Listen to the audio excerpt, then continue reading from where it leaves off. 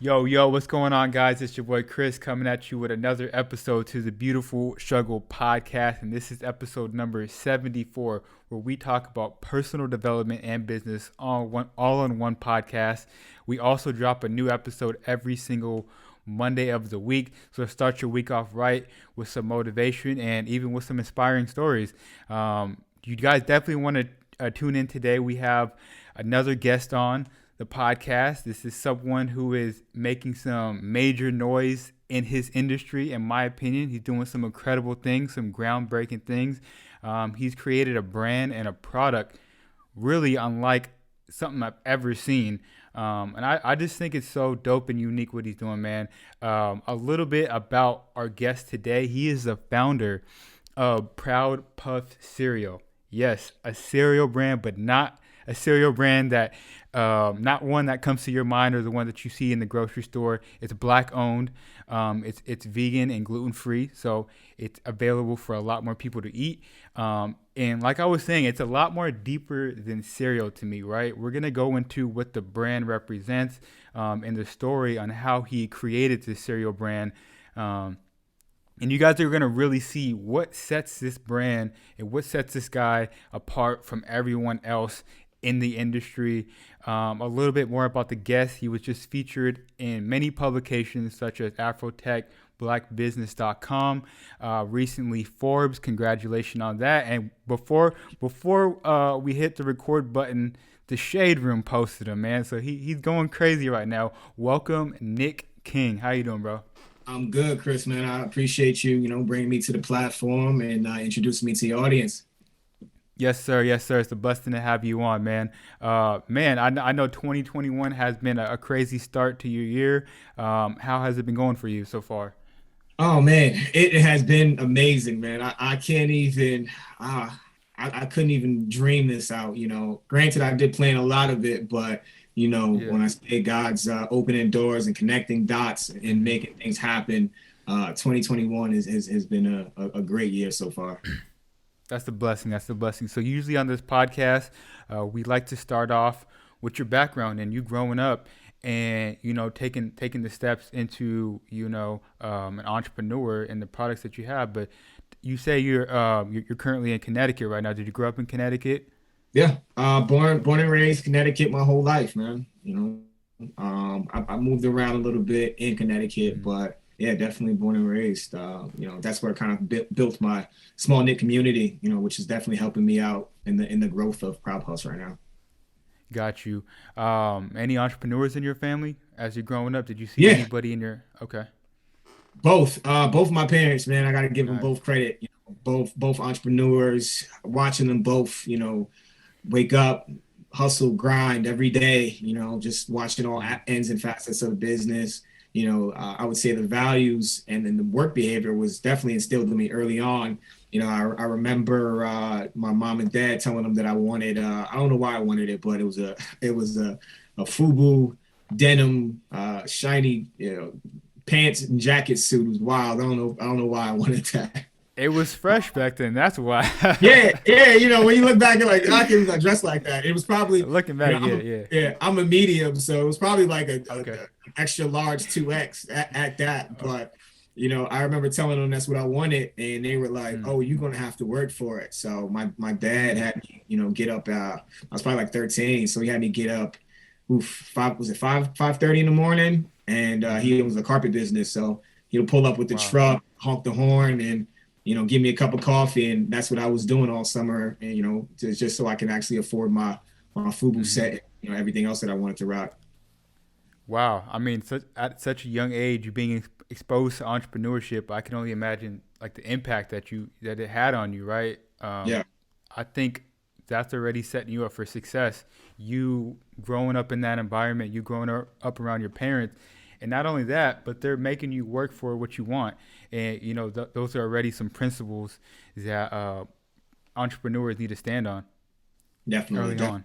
Yeah. It definitely created that work habit. Like I said, being 13, getting up, 5:30 in the morning and working until mid afternoon, and then expecting, after that, the money, that you Mm-hmm. worked hard for just so you can be able to afford what you want. yeah, it definitely prepared me for where I am today, man, because that's what I Mm, do every morning, get up and yeah. get to the grind. So yeah. So, at an early age, did you know that you wanted to eventually have your own business?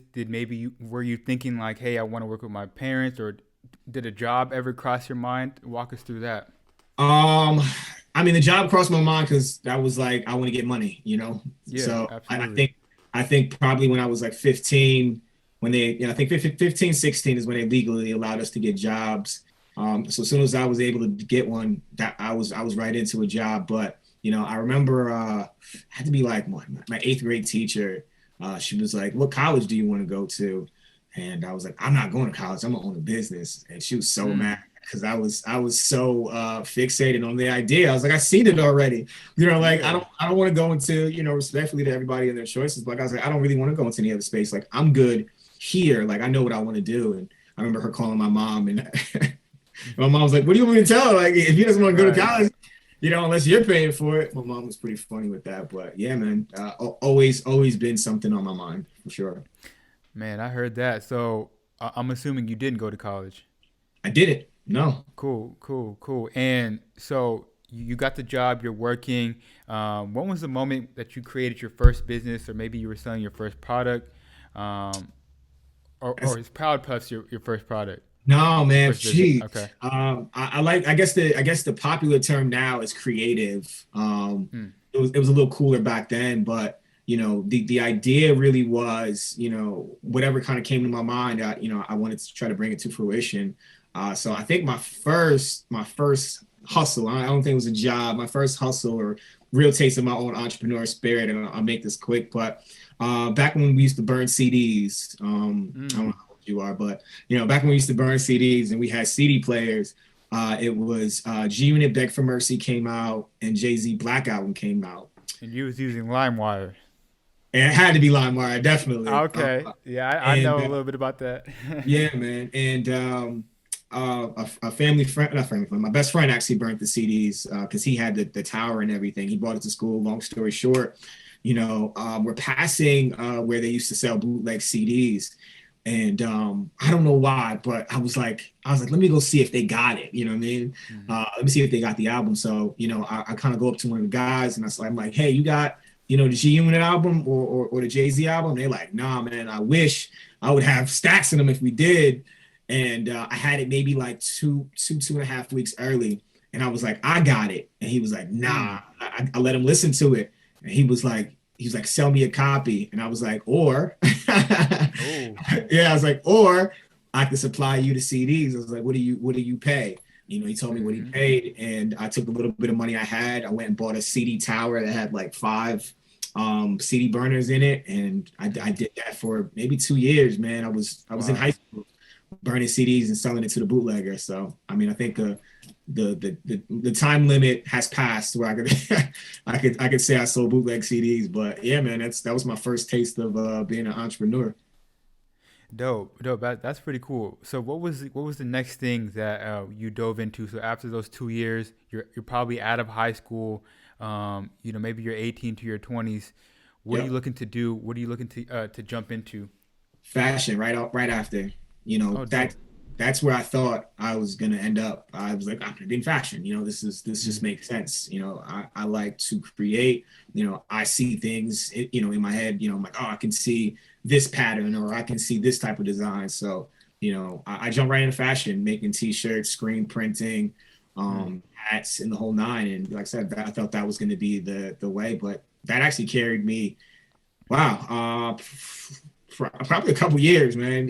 I probably got maybe Yeah. 8 or 9 years, if not a Wow. little more in the fashion space, working on different capsule collections until pretty much until this idea came up. Dope, dope. So, were you creating your own products, or were you helping people? You mentioned that you're working on capsules and whatnot. Go It ahead. was all my own, Oh, dope, so dope. I had different lines. One of the lines was called Arrogant Life. Mm, Very, very dope tees, graphics, sweatshirts. I had Savage. Savage 17 was the name of the brand before Savage got worn out and washed out recently. But before it was mm-hmm. really popular, t-shirts that said Savage on the front, Savage Embroidery. That one actually did really well. But yeah, no, Okay. it was just all mine. I didn't want to fixate myself on one brand. So it was Capsule Collection. So I came up with a cool name. I'm like, so I had another brand called 43rd and Park. You know, I just thought it was a good boutique. You know what I mean? Like I was like, I could charge a little extra because it kind of sounds expensive. Yeah. So man, it's a creative space, man. Wherever your mind takes you. Like this is actually what I created based on where my mind. I just have like a podcaster mic right here. You know, Yeah. it's my brain, man. You know, it's the No, creative spirit. yeah, I love that. And we'll definitely get into how you started Proud Puffs in a minute. I'm kind of the same way. Like people ask me, like, what do you want to do? Like, where do you see yourself 5 years from now? They always throw that question around, or like, what do you do? And I'm like, I honestly say some of the same things. Like, whatever comes to my mind that I want to accomplish, I want to just do it. I want to execute on that, whether it's a podcast, whether it's jumping into real estate, or maybe I want to, whatever it is, whatever creatively that comes to my mind. Like my goal is to at least try it, at least to jump into it. Yeah, I'm sure you're like this as well, where it's kind of hard for you if you have an idea not to at least try. Like definitely. me, I gotta at least try, man, and it kind of hurts me to not to jump into it really, Right. and maybe it's just like the competitive spirit in me, like man, I gotta at least try this, whatever creatively I'm thinking about. Definitely, 100%. And so you understand the way the creative mind works. Man, Literally, my house, my living room, or was supposed to be my living room, is a showroom. I started a brand before this called Fresh Off the Racks, and I basically had like a long clothing rack. I had licensed T-shirts, my own apparel, and I literally took my wall. I put a black brick foam against it. I had a neon light. It looks nuts. Like when people come to my house, they're like, dude, this is supposed to be your house. Like you have it set up like a warehouse. And I'm like, welcome to the mind of a creative. Like no, we got seriously. to utilize the space we have. Yeah, absolutely. That's amazing. Man, I'm curious, what are some of the early struggles that you had as being a creative, as being a business owner and entrepreneur? And like, what are some of the ways that you overcame those struggles? I think one of the biggest struggles, I guess, would say, really narrowing down the ideas, Mm, as being a creative, like we just talked about, it's like, all right, I want to work on this product. I want to work on this. I want to do real yeah. estate. You know what I mean? Like, so really kind of just, taking your mind and saying, you know what, I'm just going to focus on this one thing versus trying to water numerous plants and they all grow halfway, you know what I mean? Versus Right. watering one plant and it grows to its full potential. So I would say for the most part, that's my biggest thing as far as like, I mean, I guess capital is always a part of it. You always want to, have the right amount of money before you kind of launch into anything. But I would definitely stay focusing on one idea and honing in on it. Man, I agree. I know for me, that's been a difficulty as well, where you don't want to spread yourself too thin. The way I Right. think, I'm like, look, I'm not gonna do anything if I can't give it 100%. As much as it may hurt, but like you said, you got to focus on a couple things. Yeah. What other advice would you give to young creatives out there that maybe want to do a bunch of different things? Would you advise for them to focus on one thing for a couple years and then try something else? What would you suggest to some people out there? Um, I would probably lean in first on, where's your passion? What can you Mm, do every day, that doesn't feel like work? I guess that quote, anything that I've done or I've ventured in, it had to be something that I can do every day, all day, to where I wouldn't be like, I don't want to do that today. I got to wake up excited and be like, can't wait to release this capsule collection. Can't wait to do this. Can't wait to do that. That's where my brain would be. I would definitely recommend that first and foremost to anybody. But like you said, just try it. You know what I mean? Try for a couple of years. Really put your all into it and see where it goes. You never know. And sometimes it's like that last year is that's like, all right, I got one more year and I'm gonna give it up. That last year may be your biggest year ever. mm, yeah, but that's also interesting because, and we're gonna touch on Proud Puffs in a minute. But I'm curious to know, when do you think it's a good time to? Because it's a fine line between, look, this is not working, I need to move on, or Correct. look, one more year and I can break out. What Have you had experience with that moment? And what would you suggest to people out there? Because that's even something that some advice I can use on. Like you're trying so hard. It's been a couple years. Do you know when do you know to quit, or when do you know to keep going? I would say the biggest thing is, how many different variations of what you're doing did you try? So it's like, I'm going to try this, and, I'll try this. I'll try to market one way, right? And then I'll say, you know what, I'm going to give it 60 days to see what the response is. That thing doesn't move. I can't give, you know what I mean? Like, to give it another 60 days would be crazy. I'd have to kind of look at it, assess it, and go, okay, what can I do differently? You know what I mean? To kind of help move the needle. You know what I mean? And to continue that way. If you've tried 5 or 6 or, I don't know, 4, whatever number, if you tried numerous variations to try to get yourself in a position to where it actually works, and it doesn't work, and you realize, you know what, I'm losing money, it's really not moving, even though I've tried it numerous variations, then I would say possibly at that point it may be time to give it up. But also add in, mentoring, getting someone to mentor you that's already in that space, research, so it's a lot in there, time and attention, before you start to say, like, it's time to give up. You know what I mean? That's why this question is so hard, because I'm not a big fan of the giving up part.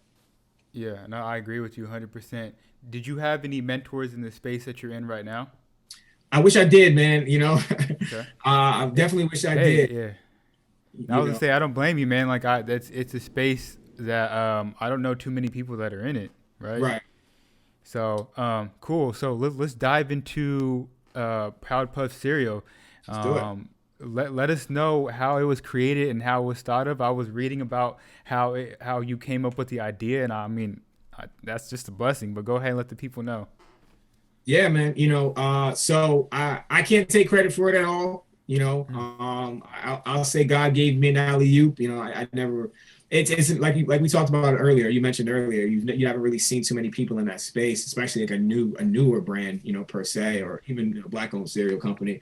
It's nothing that I would have ever really thought about, imagined, considered. So that's why I kind of give God credit. I say divine inspiration. Imagine, sleeping, and then you kind of, someone whispers something to you, wake up, and it's something that you're thinking about. And you're like, where did that come from? That's kind of where the Proud Puff idea came from. I woke up and cereal company was on my mind. As bizarre as that sounds, that's it's what happened. So after doing some research, I realized there was definitely a lack of representation of us in the Black and brown community, especially on shelf space. So I put some time, I put some research, a couple months of work, man, and here we are. Talk to us about the thought process behind the branding, and if you have a box near you, I think it'd be pretty cool to show for the YouTube audience. If you guys are listening to the podcast, we are on YouTube as well. We chop up this content and we throw it on Instagram in addition. But this whole episode is going to be on YouTube. And he has the box here. So you can walk us through the branding, what you have on the box. And yeah, I'm sure you don't want to give away everything. They got to buy the product to get the full no, man, experience. it's all good. It's all good. I mean, so I'll break it down. It's real simple. After kind of coming up with the whole, the Proud Puff idea, I was like, all right, you know what? I started thinking about, like, proud. What does proud embody? You know what I mean? What's solidarity? What's empowerment? What ties into proud? And that's kind of where the little chocolate fist came in. So, that was one of the easier ideas. But then also, because my company is called Legacy Cereal Company, what ties into legacy is my family. So the characters that you see on the front are not just random characters. It's actually my family. It's my son, my sisters, my nieces, and my nephew. So that tied into the box, man. Some people are like, why do you have so many characters on there? I'm like, well, I just want to showcase my family. You know what I mean? This is my legacy. And, it kind of reminds me every day when I look at the box, why I actually do this, Man, I think it's so dope, man. It's an amazing idea. What are some of the details that you have maybe on the side and the back of the box as well? Perfect for Black History, man. The side of the Absolutely. box, we list 20 influential Black figures that help push the culture forward. So, it starts with Madam C.J. Walker, Katherine Johnson, Had to throw the Obamas on there, Jackie Robinson, Arthur Ashe, and just because not just because, but also because it's current. I had to add Chadwick Boseman just because of his impact. I think a lot of people underestimate the impact that he had with Black Panther. Giving Black and brown kids, that opportunity to see a superhero that looked like them was huge, and that was inspirational for me for sure. And in the back, man, my favorite part, man, I always tell people, I don't know if you guys can see it on camera, somewhere in there. There it is. Yep. It's affirmation word search. Wow. So it says, this is so dope. I appreciate it, man. It says, so it's a game, and it says, say I am, and then the word that you find, so kids can find a word and they can say, I'm unstoppable, I am brave, I'm kind, I'm protected, I'm enough. And, they say breakfast is the most important meal of the day. And it's like, why not start with an affirmation? Why not get our kids to start speaking, positivity into themselves before they go outside and, have to face the cruel world, unfortunately. Absolutely, man. That's amazing. I'm curious to know what's the process behind the flavors and the ingredients. Earlier we mentioned it's gluten free and vegan. Yep. How does that process even work? Like, I don't even know how to begin to make cereal. Like, do you go to a factory? Like, how does this work? It's man, you would think so for our samples, I needed a prototype. This kind of again goes into God connecting the dots. Maybe two or 3 days later, I'm going to get a haircut. Long story short, the barber a couple chairs down from my barber just randomly says, hey, if anybody wants to buy a 3D printer, I'm selling mine. So, I'm kind of sitting in my chair like, 3D printer, so I pull him aside, towards the end, and I'm like, you 3D print? And he was like, yeah. And I was like, if I needed you to make, a mold of a little chocolate fist, could you do it? And he was like, yeah, no problem. I'll have it in like 2 days. So that was the start of, building out the mold of the fist. And then I got that to a family friend who's phenomenal at baking, and she made the prototype. And then from there, the biggest thing is working with a food scientist, working with someone that actually went to school for food science and nutrition. So you can actually break down a formulation of, what you want the nutritional value to be. Plant-based, plant-based, vegan, gluten-free, etc. So that part is an actual process, but I think the idea in short is the idea of starting a cereal company sounds a lot harder than it actually really is. It's just kind of doing as much research as you can find and then implementing, actionable items from there. Yeah. How long did it take you to find that right product, that right taste that this was the one, this is it? Still going, man. Right now, while we're in the space of crowdfunding, raising capital for our next biggest batch, we've taken the last, this is actually 2.5 months actually now, to perfect it. So we knew what we wanted. We knew we wanted to use monk fruit, as a natural sweetener. Okay. But we're like, you know what? While we have time to play around, let's make sure we can get it, because I'll never tell people, and I don't want to necessarily be the health cereal. That's not what we are. If there has to be, especially for kids. If it's for adults, that's a completely different world. For kids, it has to be flavorful. It has to hit their taste palette. It has to taste good. So we had to find a healthy balance of natural sweetener and vegan, plant-based, etc. So it still tastes good for the kids. Yeah, I absolutely love that, because even in our community, cereal is big, man. It's like it's a meal. We grew up eating it. All the unhealthy cereals as a child. Our parents didn't know, and there wasn't really any brands out there that are doing some of the things that are being put out in the world right now. You mentioned monk fruit. What exactly? Can you explain to people what that is?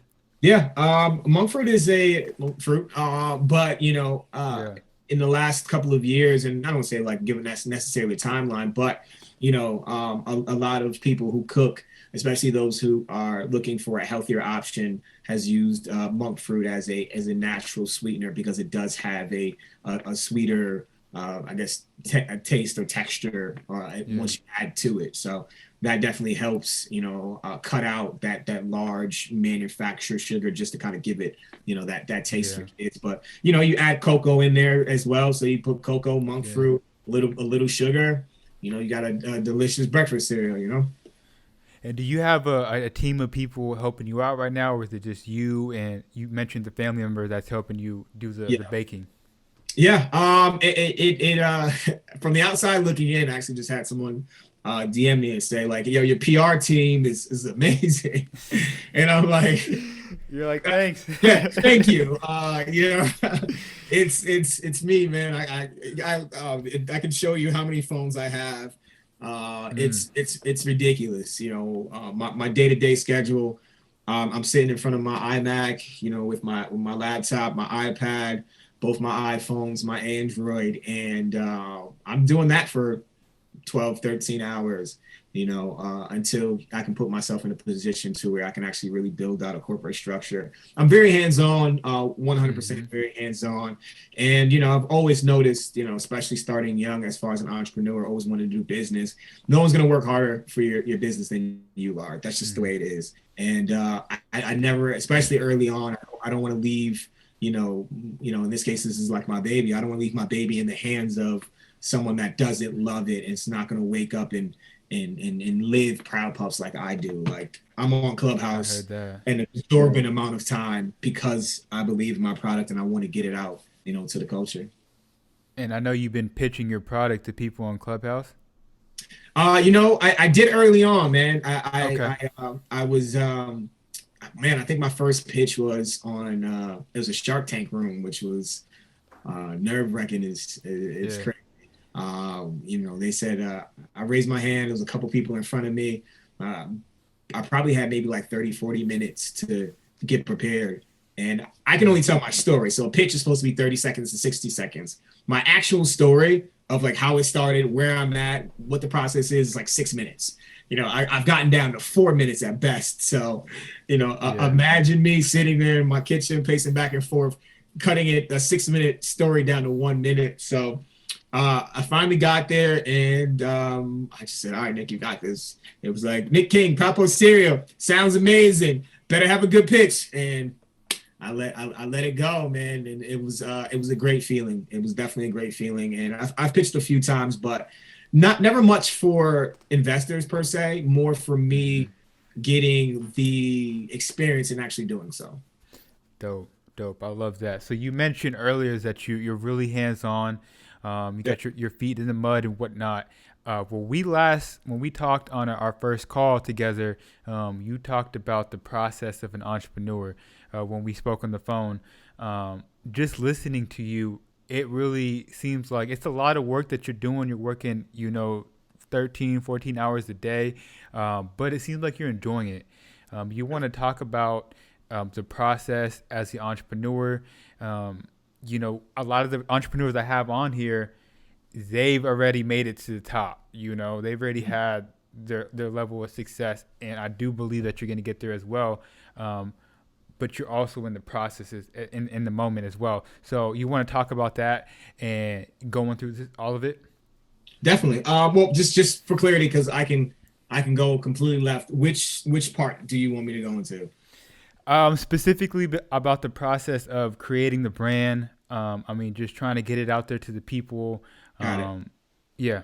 Yeah. Once you kind of go from concept, trademarking was huge, man. But I guess the biggest part that I could talk about is the groundwork. Building a tight knit community is super important. Super important for me because that's how I'm going to have longevity. Those are the people that are going to believe in me. Early on, and I'm still going to start using it again.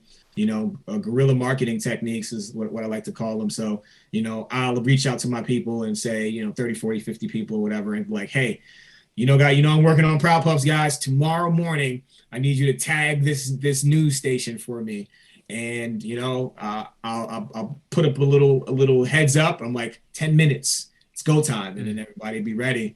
And then as soon as I post it there, there's my community. And then everybody else that sees those 20, 30 people post, tagging, they join in because it's like, oh, I want to be a part of this too. It's the good part is, everybody gets to see the growth. Everybody gets to see Nic when he just had the idea, to Nic when he just made the news for the first time. So, they celebrated my Forbes article bigger than I did, Yeah, absolutely. they're like, bro, this is Yeah. crazy. No, absolutely. And I know when we were talking on the phone, you're like, a lot of people just think when you're an entrepreneur, it's an idea you come up with, the product, you Yeah. sell the product, and then you're a millionaire. And that's the furthest from the truth. And I love how you're going through it, and you're posting your wins, their small wins, Oh, and that's really what entrepreneurship is all about, and you enjoying the process. definitely, man. I don't know if they can see, but this guy Nipsey right here, man. I was just gonna ask about him. I was just gonna ask, man, how has his legacy left imprint on your life? Listen, man, just the whole marathon concept alone was huge for me. Understanding that this isn't gonna happen overnight. So love what you do. That's kind of what gets me through. And I love being, transparent as far as my losses. I Mm-hmm. love being like, yo, this is not easy. I'm down maybe 15, if not 20 pounds from before when I started this. Mm. Relationships are non-existent when you're dedicating your time to this. Like Valentine's Day is right around the corner. I got no time for it. You ain't got no time. I got to dedicate myself to the business because I'm pretty sure I'm going Mm-hmm. to be on. I know I'm going to have interviews pretty much throughout that day. But like I said, this guy taught me, about marathon. This guy taught me about ownership. I'm not out here trying to sell off equity, to other companies, so early on just so I can get in stores. I want to build my brand, what I mean, to where I have leverage. And if I want to do a deal, it's because I want to Yeah. do it, not that I need to do it. So I'll sell a box, online, what I mean, for years. If it means that I can leave this to my family, I'll pull up a Mm-hmm. van, old school Master P, Slim Thug style, and have Proud Post in my trunk, and Yeah, sell I it heard out my that. trunk if I have to. But I understand the grind, I understand the work ethic. I understand all that has to come first before the pictures that people post on Instagram of the Yeah. business. Absolutely. And just hearing your story, man, it's truly amazing what can happen, what God can do to your life when you operate in your gift and you And obey his calling and you listen to him, right? You had cereal on your mind. Most people be like, I'm about to go buy me some cereal, but you're like, right. no, how can I create a brand, a legacy out of this? Def- You were operating in your gift. The guy at the barbershop, you had something that you needed.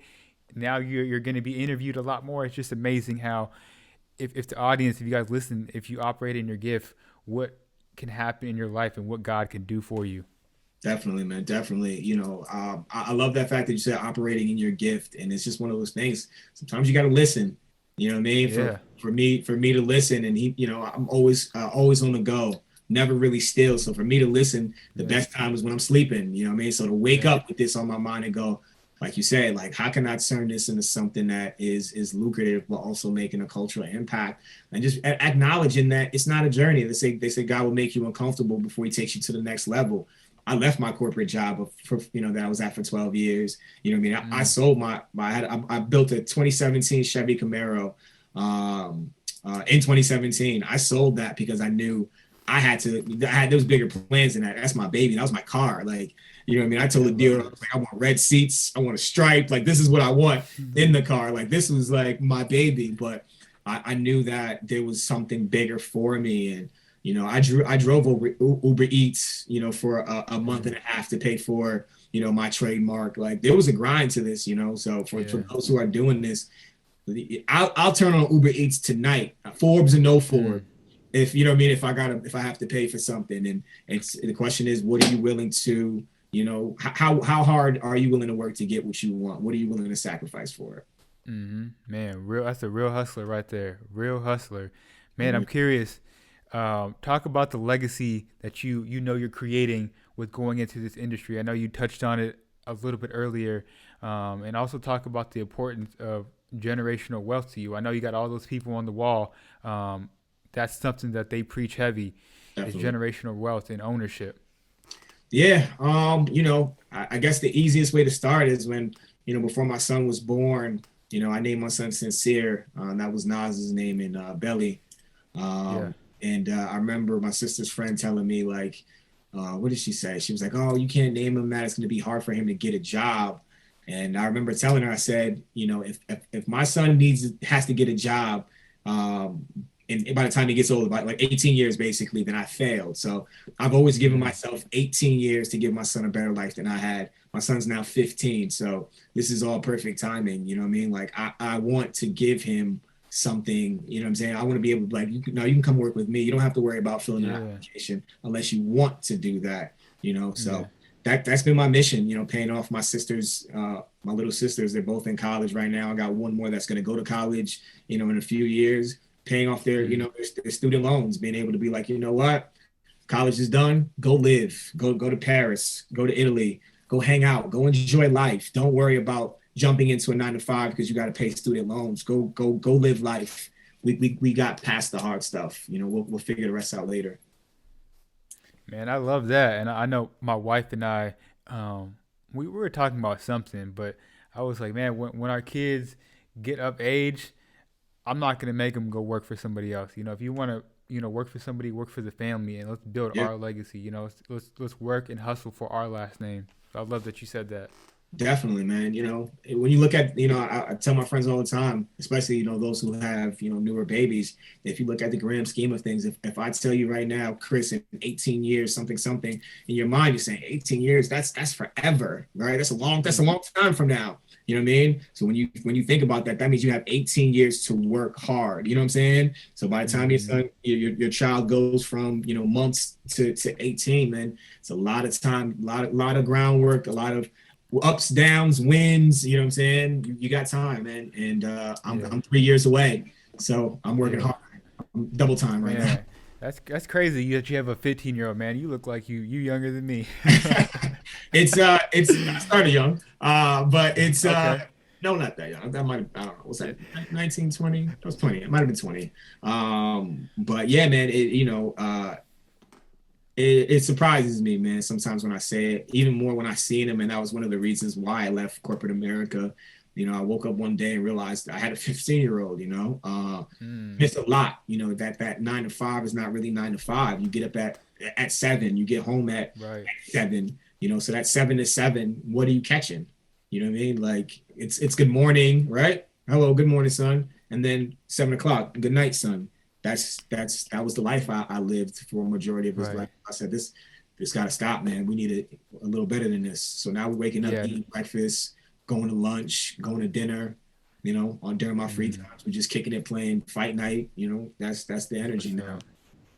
Yeah. It's like, man, you don't want to miss out on those precious moments. Definitely, That's one of the reasons why my wife and I we go so hard with entrepreneurship and wanting to be entrepreneurs is because we want to have those moments where we can just leave at 12 in the afternoon to go take our kids to soccer practice or whatever, basketball, go to Disneyland or whatever. We want to have that freedom and flexibility. definitely. Um, Man, I know you're a busy guy, so we can start wrapping this thing up. You're in the crowdfunding phase. Do you want to talk a little bit about that? And I'm really curious if you can touch on real quick, what's the process of like getting your product in a store? Like, where do you even start with that? Got it. But also touch on the crowdfunding phase as well. Sure. I mean, the rewards-based crowdfunding is the direction that I decided to go. It's pretty easy process. In theory, it's basically like it's like fundraising. I guess that's the shorter version of it. A lot of people will add more complexity to it. It is a little bit more complex when you start going to equity-based crowdfunding, but in theory, it's fundraising. So I happen to use a little crossbreed of adding, the cereal as the actual rewards. So it's just basically like a pre-order funnel for me. Mm-hmm. But it's a great way to kind of put your product back into the hands of the people, the community, those who are going to keep you sustaining anyway. So versus going the investor route and then people not really being interested in it. It's like, all right, this product is for you guys. I made it for you guys. It was designed for you guys. I'm coming back to hand it. Whatever you guys do, it's Right. it's it's in your hands at that point. So that's definitely phase one. And as far as the stores, man, it's the good part is I'm continuously going to put myself in a position to where they come to me. I think the general idea usually is, a business or anybody that's in consumer packaged goods, they call it CPG, or anybody that wants to be in a store, right? You go to a company, you pitch it, you'll be like, hey, I have this product and Right. sold this many, and I think it's a good fit. And that's nothing wrong with that. To each his own. For me, I'm not doing that. I don't want to have to sell it to you. I want you to come to me and go, I heard, I heard, Yeah. this will be good for both of us, Right. not me going, please, sir, would you Mm-hmm. put my cereal on your shelf? Like, no, I want them to be excited to be like, all right, listen, this is the idea. We're gonna put it right in the front as soon as they walk in. Proud Eye Puff, level. yeah, Proud Puffs, that's the type of energy that I need, So they're generally to pitch it, it's a process. You got to get in front of the buyer of big box retail. But for Mm-hmm. me, I could say at least, I don't mind sharing this. At least one of them has reached out early on, going, Mm. I heard, I where heard. are you in the process? Because I heard, and I definitely want to see Man. where you're going, man. So I'm excited, man. Chris, it's gonna be a great year, Chris. Man, I'm excited for you, man. I know this is technically our first time meeting. I love what you're doing for the culture. You're making an impact in your own unique way. It's something that the community can identify with. And I know the community and the audience is rooting for you, man. We really want to see you win, and we're excited to see what God has in store for you, man, for sure. Yes, man. Appreciate that, bro. Yeah. So with that being said, I always have my guest leaves the audience with one last gem, one last piece of advice. It can be anything related, whatever comes to your mind, and we can end it on that note. I'm gonna go real simple but effective. Bet on yourself. Mm, That's I that's heard that. that's 70, 80. I couldn't even really, quantify, the percentage, but that's why I am where I am. And I say that loosely, but that's kind of what Mm, helped me get to this stage. I didn't tell friends that I was working on this. I didn't tell my family that I was working on. No one knew about the cereal idea until I said, hey guys, I'm launching Proud Puff cereal. That's when they mm, knew. They didn't know about the process. They didn't know about the designs. They weren't a part of anything until I decided to get on Instagram and say, Pop Up cereal now available. That's when I mm, decided to say it. I wanted to only harness my own energy. I didn't want anyone's doubts. I didn't want anyone's fears. I didn't want anyone's negativity. I didn't tell anybody when I quit my job because I know naturally people are going to be terrified of the idea and they're going to project it. So I tell everybody, bet on yourself, because if you believe in yourself and you believe and you have your own faith, whatever your faith is, you're unstoppable. Boom. I love it. Where can people find you? Where can people go and support Proud Puffs? Let the people know. And I'll definitely leave all the links to any websites, Appreciate it. Instagram accounts, or social medias in the description of this podcast. Definitely, man. Keeping it easy. Proudpuffcereal.com. It's proudpuffcereal.com. You can find Proud Puff on Instagram, Proud Puff on Twitter.